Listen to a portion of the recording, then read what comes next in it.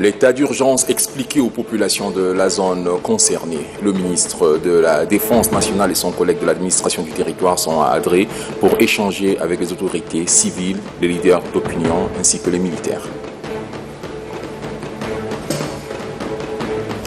Femmes vecteurs d'une économie diversifiée, c'est le thème du forum des commerçantes et entrepreneurs tchadiennes. L'ouverture a eu lieu ce matin au palais du 15 janvier.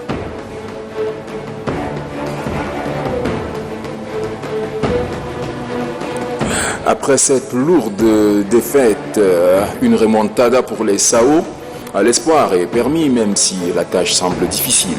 C'est avec détermination que la sélection nationale a quitté N'Djamena ce matin pour Khartoum où se jouera le match retour. Bonsoir, bienvenue dans cette édition. Avant de développer les titres, une page noire. Le décès du père de l'indépendance du Zimbabwe, Robert Mugabe. Il est décédé ce matin à Singapour à l'âge de 95 ans. Premier président du Zimbabwe de 1980 à 2017, le défunt fut aussi à la tête de l'Union africaine de 2012 à 2016. Son portrait avec Al-Haj Bachariaya Issahanga. L'Afrique a perdu un grand homme, le Zimbabwe, un ancien président et un fils, en l'occurrence Robert Mugabe. Leader charismatique, homme de principes, des surcroît déterminés, ce qui fait de lui le père de l'indépendance de son pays. Un homme qui a tenu tête aux colons britanniques pour que la Rhodésie du Sud d'hier devienne le Zimbabwe d'aujourd'hui. L'enfant prodige de Koutama, sa ville natale, est né le 21 février 1924. La résistance coule dans ses veines et la révolution est sa devise. Ainsi sa lutte a porté ses fruits, car le pays devient indépendant en 1980. Panafricaniste, le destin du pays lui a été confié comme Premier ministre en 1987 et la même année, il devient le premier président. Sous Mugabe, le pays dispose de sa propre devise, ce qui lui a permis de lancer plusieurs réalisations socio-économiques en faveur de sa population. Tenace, Mugabe a lancé la réforme agraire, chose contestée par les anciens colons. Du collège Koutama à l'université Fort d'Harare, la capitale de son pays en 1951, la recherche du savoir le conduit à l'université de Londres. Mugabe est l'un des présidents africains qui a combattu l'homosexualité avec ferveur. Après plusieurs années au pouvoir, est considéré comme l'un des doyens des présidents africains et fut président de l'Union africaine, l'armée les déloge du pouvoir en 2017. Ainsi, Robert Mugabe tire sa révérence à l'âge de 95 ans à Singapour et laisse derrière lui 3 enfants et une veuve. Paix à son âme. Le chef de l'État, le président de la République, Idriss Déby Itno, a adressé un message de condoléances. C'est avec une grande consternation que j'ai appris la triste nouvelle du décès de l'ancien président zimbabwéen Robert Mugabe. Bouclier de la lutte anticoloniale, héros de l'indépendance et nationaliste convaincu, Robert Mugabe a consacré toute sa vie au service de son pays qu'il a tant aimé et servi avec abnégation. Je salue la mémoire de ce grand homme d'État, connu pour son engagement total pour le panafricanisme, son combat opiniâtre pour la dignité des peuples d'Afrique et sa lutte obstinée pour la grandeur du continent. Je me remémore en cette dure épreuve des hautes qualités dont le président Robert Mugabe a fait preuve dans la conduite éclairée des destinées de l'Union africaine durant son mandat. Dans cette circonstance particulièrement douloureuse, j'adresse en mon nom personnel et au nom du peuple tchadien tout entier mes condoléances les plus attristées à la famille biologique de l'illustre disparu, au président Emerson Mnangagwa et au peuple frère du Zimbabwe. Que Dieu, dans toute sa félicité infinie, console les cœurs affligés et accueille l'âme du défunt dans son royaume céleste. N'Djamena, le 6 septembre 2019. Je vous le disais, c'est un message du président de la République du Tchad, chef de l'État, Idriss Déby Itno. Le ministre de la Défense nationale, Mahamat Abali Salah, et son collègue de l'administration du territoire, Mahamat Chaibou, continuent leur mission dans la zone sous état d'urgence. Ils se sont rendus à Adré, où ils ont eu à rencontrer plusieurs leaders. Amanissa Khazina. Chargé de coordonner l'état d'urgence institué dans la province de Sila, du Wadaï et du Tibesti, le ministre en charge de la défense nationale et de la sécurité, Mahamat Abali Salah, et celui en charge de l'administration du territoire, Mahamat Ismaël Chaibou, sont en mission de suivi dans la province du Wadaï. À l'aéroport d'Abéché, ils sont accueillis par le gouverneur du Wadaï, Ramadan Erdebou. Après le passage en revue des troupes, direction résidence du gouverneur, d'où une rencontre entre différents responsables militaires est prévue. Occasion pour le premier magistrat du Wadaï de planter les décors en invitant les uns et les autres à une écoute attentive. Ramadan Erdebou informe que depuis l'instauration de l'état d'urgence, le calme est revenu dans sa circonscription administrative, dont il loue la détermination des forces de défense et de sécurité qui ont réussi à ramener la tranquillité, tout en rappelant les raisons ayant amené l'État tchadien à instituer l'état d'urgence dans les 3 provinces concernées. Le chef du département en charge de la défense nationale et de la sécurité, le général de corps d'armée Mahamat Abali Salah, souligne que l'état d'urgence n'est pas une fatalité en soi, moins encore une occasion pour certains responsables d'outrepasser leurs limites. Chacun doit prendre sa responsabilité en respectant le terme du décret instituant l'état d'urgence. Travaillez conformément aux instructions que nous vous donnons et soyez rassurés, vous avez le soutien du chef de l'État, a fait signifier Mahamat Abali Salah. Les 2 membres du gouvernement ont insisté sur le professionnalisme sans lequel il serait difficile de parvenir à un résultat satisfaisant. L'état d'urgence, a tenu à le rappeler, le ministre Abali Salah, est une situation d'exception. Il appelle les forces de défense et de sécurité ainsi que la population à respecter la loi, les textes de la République.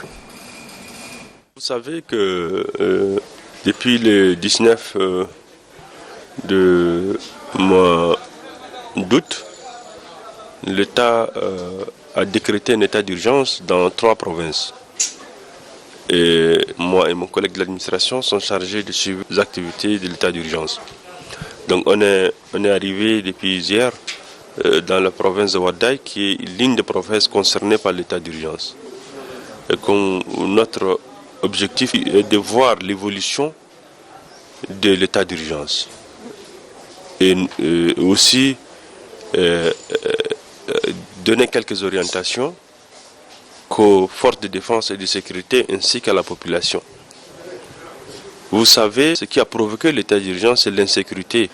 Donc des rencontres que nous avons eues, que ce soit à Béché ou à Sunga, avec la population civile, avec les autorités traditionnelles, c'est de leur dire que l'état d'urgence est pour leur sécurité et de leur bien.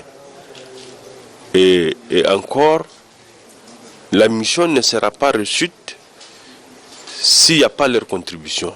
Et nous avons rappelé que le chef de l'État, quand il est arrivé à Béché, il a dit la même chose. Et nos forces de défense et de sécurité, on leur a rappelé aussi que l'état d'urgence n'est pas quelque chose d'exceptionnel. C'est-à-dire l'état d'urgence est aussi légal. L'état d'urgence ne permet pas de faire quelque chose anormal, c'est-à-dire ce qui est hors la loi. Donc nous avons fait savoir que l'état d'urgence ne permettra pas à nos forces de défense de faire ce qui n'est pas juste. Et aussi aux autorités administratives des différents services qu'on a dit qu'il ne faut pas aussi que les services qui ne sont pas concernés, c'est-à-dire doivent faire leur travail normalement. C'est-à-dire on ne peut pas profiter de l'état d'urgence pour faire ce qui ne convient pas. Depuis que l'état d'urgence a été décrété, d'après les propos tenus par les gouverneurs et les différents responsables des provinces, calmie, et ce que nous apprécions. Et nous avons dit à nos forces, ce que nous demandons, c'est la mobilité. C'est-à-dire, vous savez, nous avons une vaste province, nous sommes en saison pluvieuse et nous voulons que nos forces de défense soient à côté de toute la population. Donc, il faut une forte mobilité, que ce soit en dos de chameaux, dans le dos de chevaux, en piéton. Il faut que nous arrivions à contrôler. L'aspect principal, c'est le désarmement. Depuis quelque temps, c'est les armes de guerre qui facilitent les hommes d'or. C'est-à-dire que la population civile ne doit pas avoir de droit aux armes de guerre. Et nous avons fait appel, moi et mon collègue de l'administration, à toutes les autorités traditionnelles ainsi que des chefs de village qui doivent contribuer. Ils doivent pas seulement nous accompagner, ils vont aider aux forces de défense et de sécurité pour qu'on récupère toutes les armes de guerre avec les civils. Et nous avons dit, celui qui ne rend pas, et s'il soit appréhendé par les forces de défense et de sécurité avec son arme, conformément à le texte, l'arme sera récupérée, il sera jugé à nous conformément à nos textes. Donc nous faisons beaucoup de sensibilisation que nous voulons que la population elle-même rende les armes. Et ce qui est en train de se faire dans beaucoup de provinces, nous sommes à moins de 20 jours, nous avons à peu près 300 et quelques armes récupérées, dont les plupart sont rendues par la population. Donc je pense que c'est un bon signe et que nous pensons que nous serons accompagnés jusqu'à la fin de notre mission. Femmes vecteurs d'une économie diversifiée, c'est le thème du forum des commerçantes et entrepreneurs tchadiennes. Le forum, ouvert ce matin au Palais du 15 janvier, se veut un cadre de réflexion pour la promotion de l'entrepreneuriat féminin. Damgelitni Joël. Elles sont la force motrice de l'économie tchadienne. Évoluant pour la plupart d'entre elles dans le secteur formel, ces commerçantes et entrepreneurs ambitionnent se lancer dans le formel pour se positionner sur l'échiquier économique national et international. Et comme l'union fait la force, sous le haut patronage de la première dame Inda Déby Itno, représentée par la ministre du Commerce Aïcha Djibrine Sy, les commerçantes et entrepreneurs venus de différentes localités du pays sont présents à ce premier forum qui leur est dédié. Le dit forum est un cadre idéal pour elles de débattre des questions liées à leur émancipation. Le forum des femmes commerçantes et entrepreneurs constitue un événement important pour la gente féminine du monde des affaires, puisqu'il leur offre l'opportunité de rencontres et d'échanges fructueuses sur toutes les questions touchant l'économie, le commerce, l'industrie, l'autonomisation. Cependant, tout cela reste impossible sans la paix, sans laquelle il est impossible de réaliser des affaires et contribuer au développement du pays. Reconnaissant les contributions de la gente féminine dans la production des richesses au Tchad, le président de la Chambre de commerce annonce les actions qu'envisage son institution pour assainir le climat des affaires en faveur des femmes. L'autonomisation de la femme nous tient à cœur au niveau de la CECIAMA. C'est pour cela que nous avons un vaste programme de mise en place de la Chambre de l'entrepreneuriat féminin. La Chambre de l'entrepreneuriat féminin répond à un problème crucial, répond à un problème de fond. Au niveau de notre institution, au niveau de notre culture, la femme n'a pas droit à la parole, ou la femme est reléguée au second plan. Pour tenir compte de ces pesanteurs sociales, le fait d'avoir une structure dédiée à la femme, nous pensons que cela libérera beaucoup d'énergie et leur permettra d'aller de l'avant. C'est l'occasion idéale pour la représentante de la première dame Inda Déby Itno de témoigner la reconnaissance de la nation à toutes les femmes battantes qui contribuent efficacement à la relance économique du pays. Aïcha Djibrine Sy rappelle aux commerçantes et entrepreneurs la place des choix que le président de la République Idriss Déby Itno leur accorde dans son projet de l'émergence du Tchad. Pour cette raison, la responsable en charge du département du commerce invite les participantes à faire sortir de ces assises des recommandations pertinentes qui serviront de guide à la promotion de l'entrepreneuriat féminin. La représentante de la Première Dame, dans son discours, a encouragé les femmes à pérenniser cette initiative. Suivez. Notre pays, qui est résolument engagé sur la voie de la transformation structurelle de son économie, attend beaucoup des femmes. En raison de leur potentiel productif, les femmes ont un rôle important à jouer dans la mise en œuvre des grands challenges au centre du PND 2017-2021 et de la vision 2030, le Tchad que nous voulons.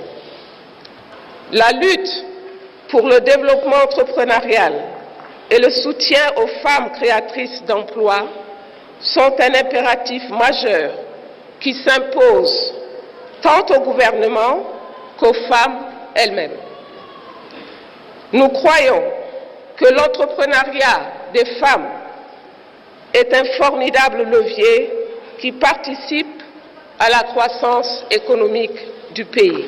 Les actions que vous venez d'initier doivent se pérenniser et survivre au temps.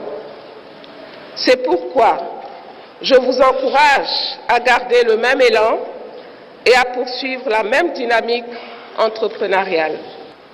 On doit prendre part de manière effective, active et dynamique au chantier de l'émergence de notre pays.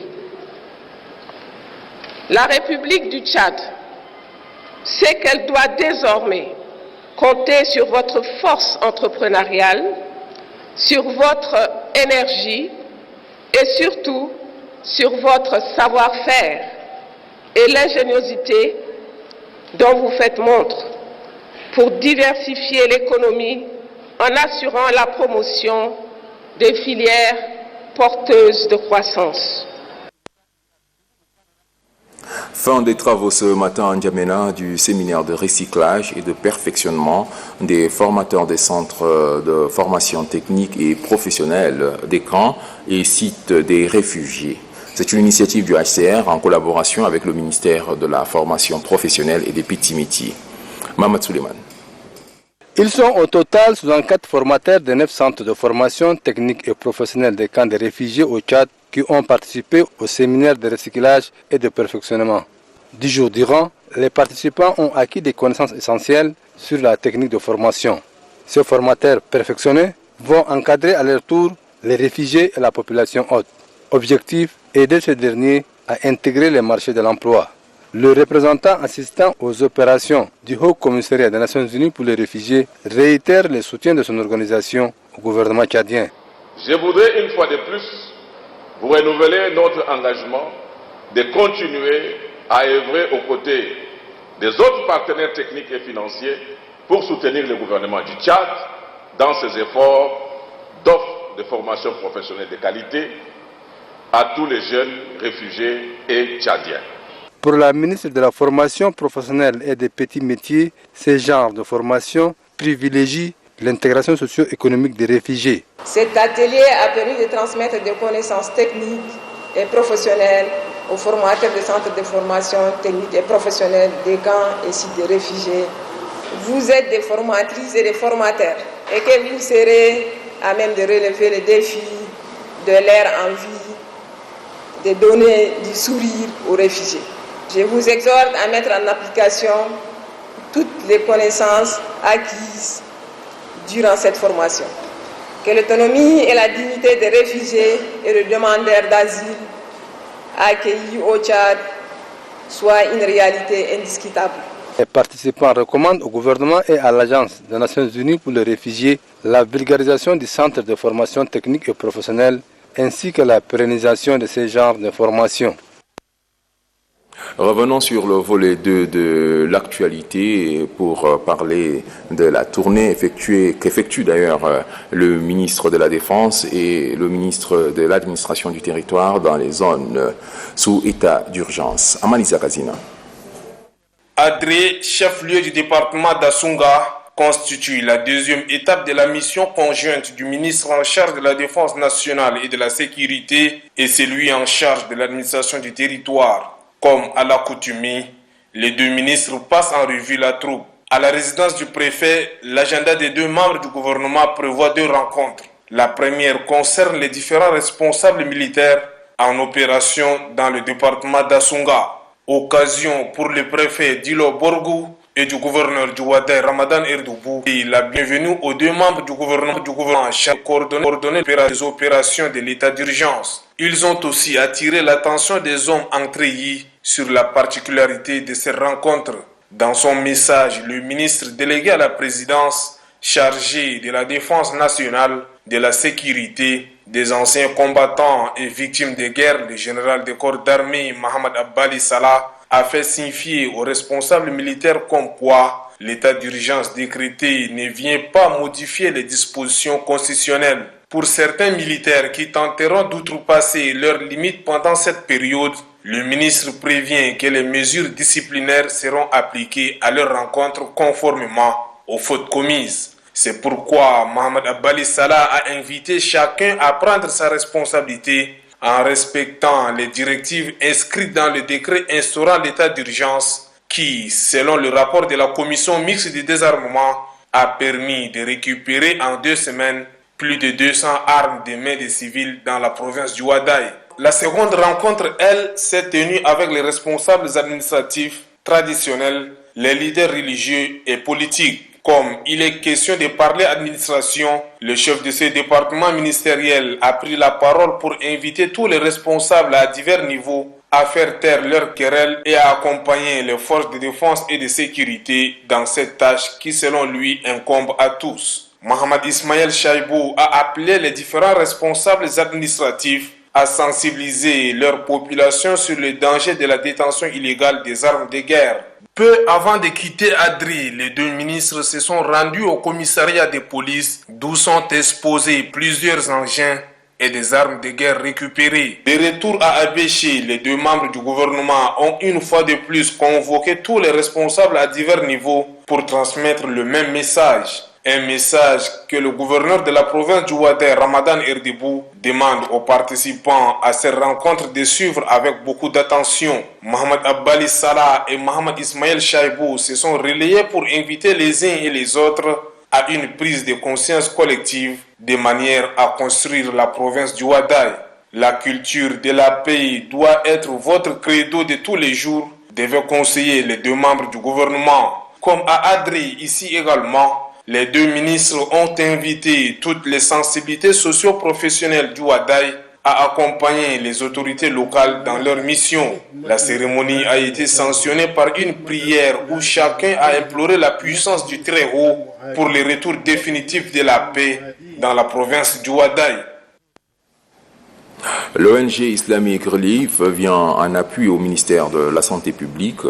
Cette ONG a fait ce matin un don de médicaments d'une valeur de plusieurs millions de CFA pour répondre aux besoins exprimés par le gouvernement suite aux grosses pluies qui se sont abattues dans certaines provinces, occasionnant plusieurs pertes. Kalianga Voudna. Islamic Relief vole au secours des victimes d'inondations. Ce don en médicaments destiné à soulager les sinistrés et personnes vulnérables des zones touchées par des catastrophes naturelles fait suite à l'appel du gouvernement tchadien préoccupé par de violentes pluies ayant occasionné des dégâts humains et matériels dans certaines provinces du pays. Pour le fondateur de Islamic Relief, Dr Hani El Bahana, il est un devoir pour son organisation de venir en aide au Tchad en cette période difficile pour redonner du sourire aux personnes touchées. Le ministre de la Santé publique, tout en exprimant ses remerciements à Islamic Relief, entend veiller pour que ce don soit destiné aux bénéficiaires. On a travaillé avant-hier avec nos amis de Relief islamique et nous leur avons proposé que nous avons des catastrophes qui se sont imposées à certaines villes. Et c'est comme ça que nous avons dit les 6 localités, que chaque localité ait 1 tonne 300. Et nos amis, les agents qui travaillent ici, ont passé pratiquement 2 nuits blanches pour essayer de sélectionner et que chacun ait au moins ce que l'autre a.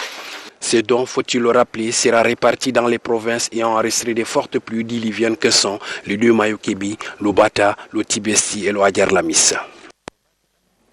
Par rapport justement aux dégâts causés par les eaux de pluie, les membres de la Fondation Grand Cœur du département du Bata-Ouest, en collaboration avec les autorités de ce département, ont visité un quartier de la ville d'Ati pour un constat sur le terrain. Des actions vont suivre. Mamataïr Dibrinaro.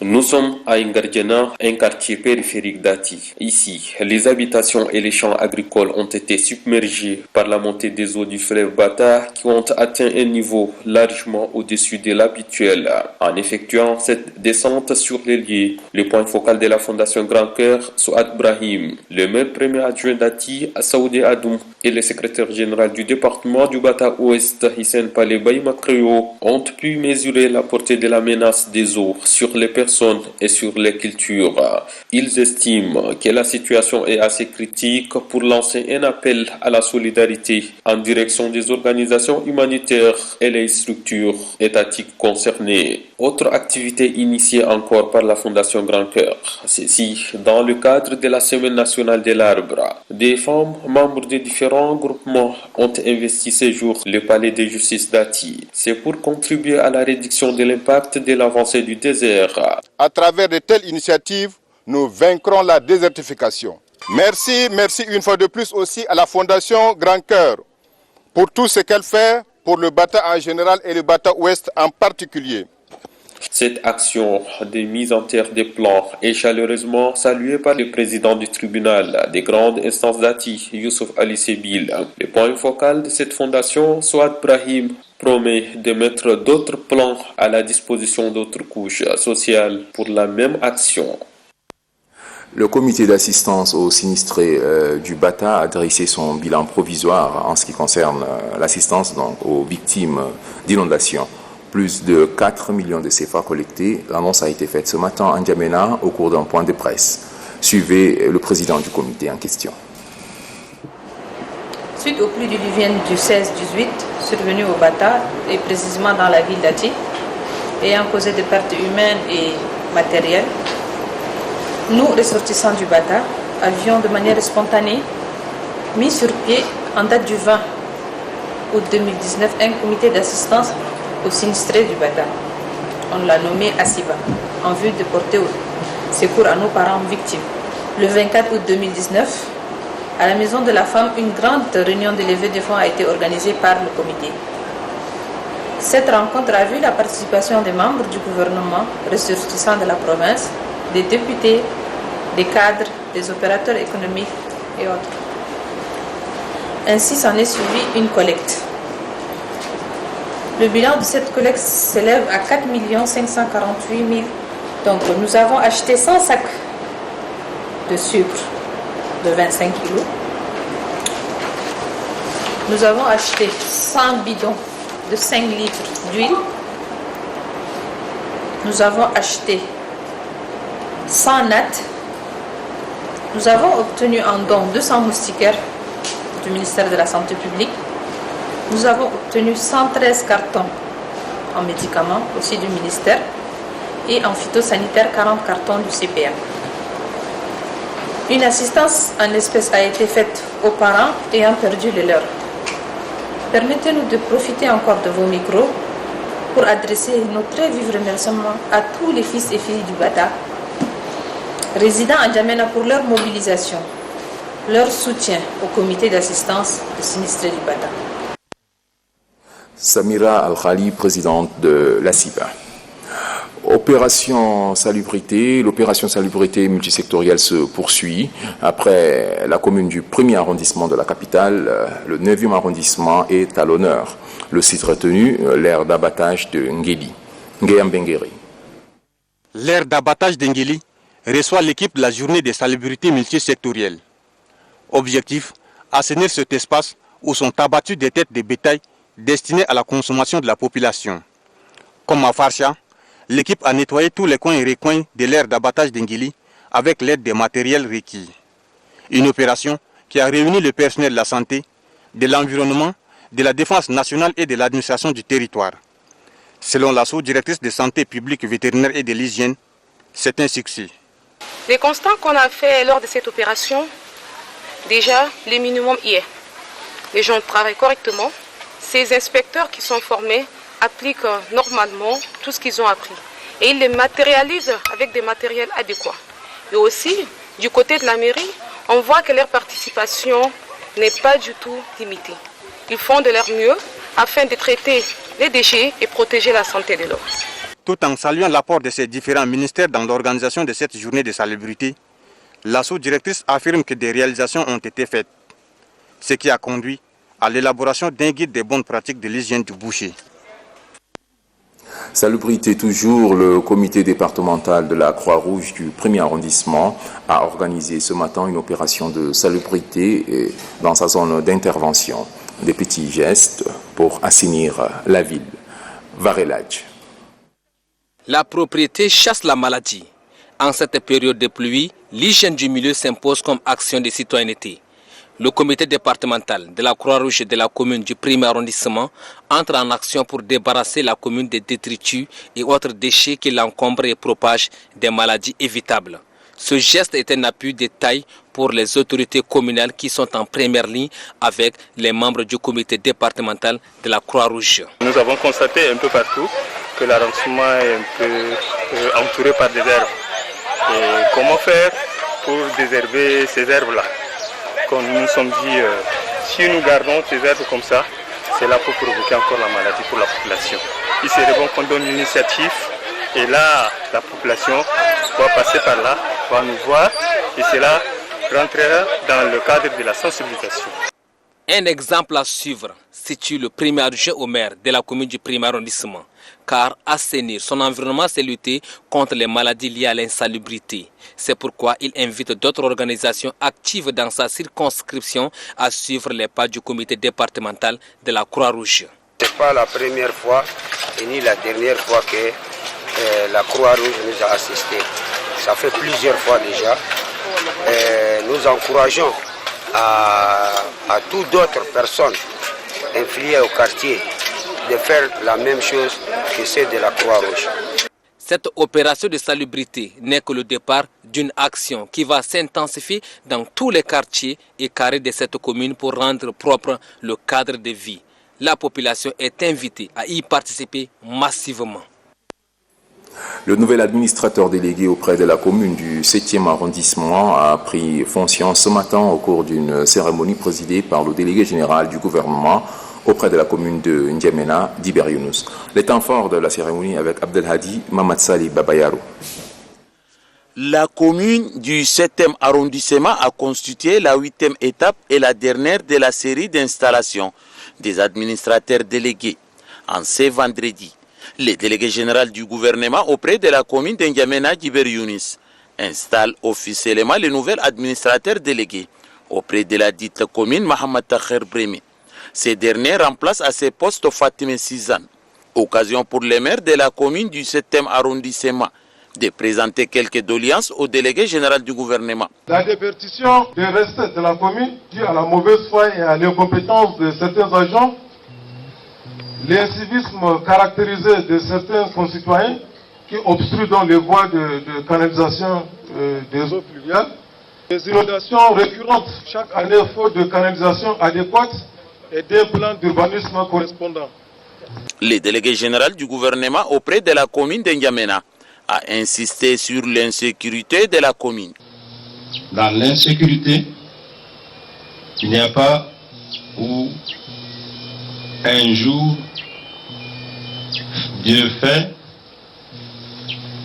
il n'y a pas un mort dans votre arrondissement. Et là, je crois que cela vous incombe tous, pas seulement les responsables de la sécurité, mais à la population également, et surtout les chefs des carrés. L'administrateur délégué auprès de la commune du 7e arrondissement remercie les plus hautes autorités du pays pour la confiance placée en sa modeste personne et s'engage à se mettre au travail. C'est une mission très délicate en tant que tutelle. Cette mission ne peut s'effectuer qu'avec le concours de mes collaborateurs. Mohamed Takher Breme et Djiber Younous appellent les conseillers à se conformer au défonctionnement de la mairie. Le tout premier préfet du département de Taralnas, Claire Telro Tadingar, est officiellement installé dans ses fonctions par le secrétaire général de la province du Mandoul, Mamad Saleh. C'était à Mouroum Goulaye. Aladigim Emmanuel. Nous allons revenir sur cet élément dans nos prochaines éditions, mais toujours avec Aladigim Emmanuel. Cette fois-ci, intéressons-nous au temps fort d'une cérémonie. C'est la cérémonie d'installation du préfet du département de Mam. Il est installé dans ses fonctions à Goundi, chef-lieu de ce département.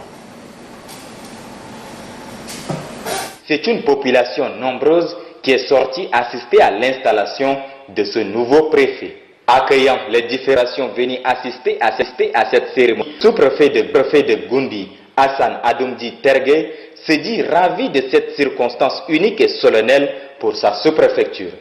Il a demandé à toute la population de Goundi et ses environnants de considérer cette érection de la sous-préfecture de Goundi en département comme un grand cadeau offert par le chef de l'État, Idriss Déby Itno.